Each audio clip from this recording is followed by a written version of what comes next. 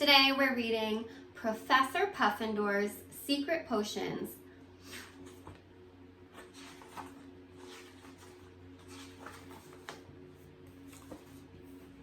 Professor Puffendorf was the world's greatest scientist.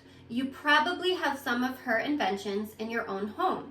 Maybe you have unburnable toast, or a banana-matic, or perhaps a smello telephone.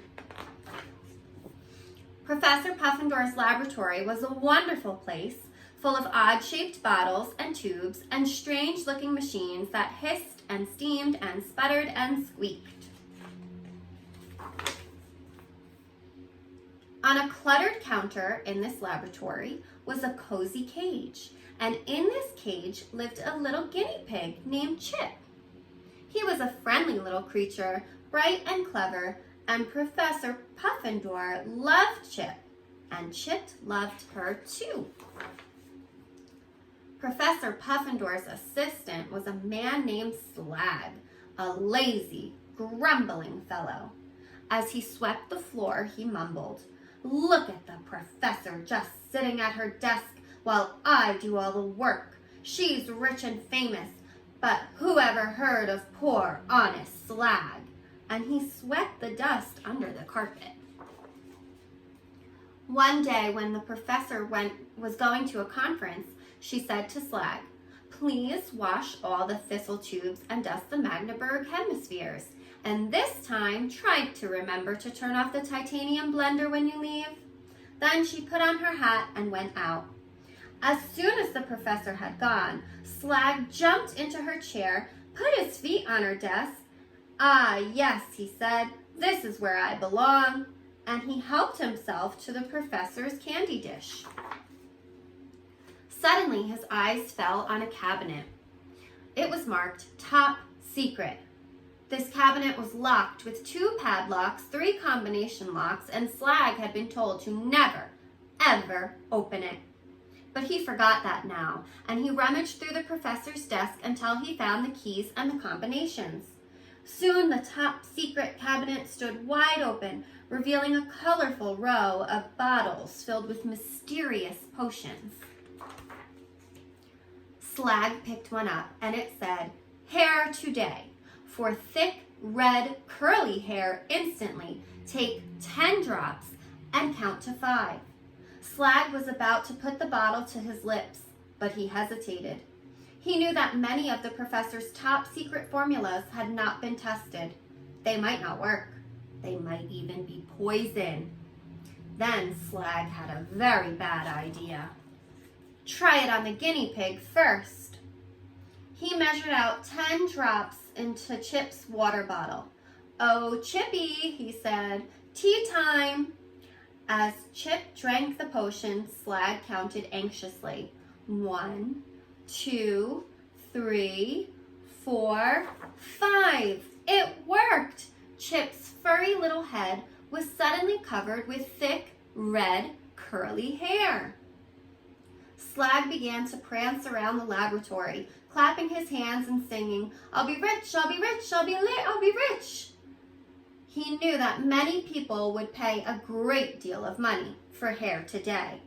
So Slag decided to steal the formula from Professor Puffendorf.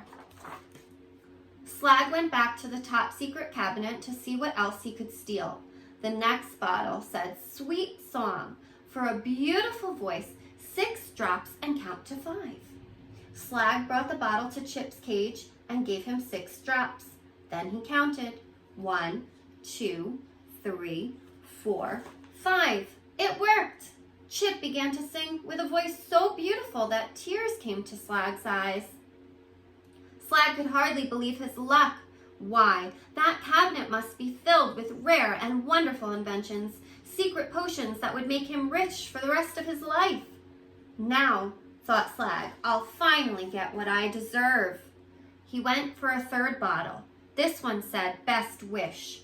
1 drop and count to 5, and your heart's biggest wish will come true." Slag's greedy eyes nearly popped out of his head. Best wish? Well, this is all I need. I'll just wish to be rich and famous, and no, I'll wish to be the boss. The mayor. No. I'll wish to be the king. But just as he was about to swallow the potion, he remembered it might not have been tested, and it might be poison. Better give some to Chip first, he thought. Slag looked at Chip with an evil glint in his eye. With trembling fingers, he measured out just one drop, saying, "Make a wish, boy, whatever your little rodent heart desires. A ton of alfalfa hay, a new treadmill, you name it, Chippy, and it's yours." Chip swallowed the potion as Slag counted. 1, 2, 3, 4, 5. It worked! Chip wished to be human. Or Slag. When Professor Puffendorf came back that evening, she knew at once what had happened. The top secret cabinet was open, Chip was whistling a beautiful tune as he swept the floor, and Slag was running on the treadmill. "You're a very silly man," sighed the professor, shaking her head at Slag, "and you got just what you deserved." She passed a sunflower seed through the bars of his cage. "But don't worry, I'm sure I can get you out of this mess." "But first," she continued, turning to Chip, "I'm famished. Would you care to join me for tea and unburnable toast, and then perhaps a game of checkers?" "Yes, thank you," said Chip. "That would be lovely." Then he put away his broom, hung up his coat, and followed the professor out of the laboratory, remembering to shut off the titanium blender as he left. The end.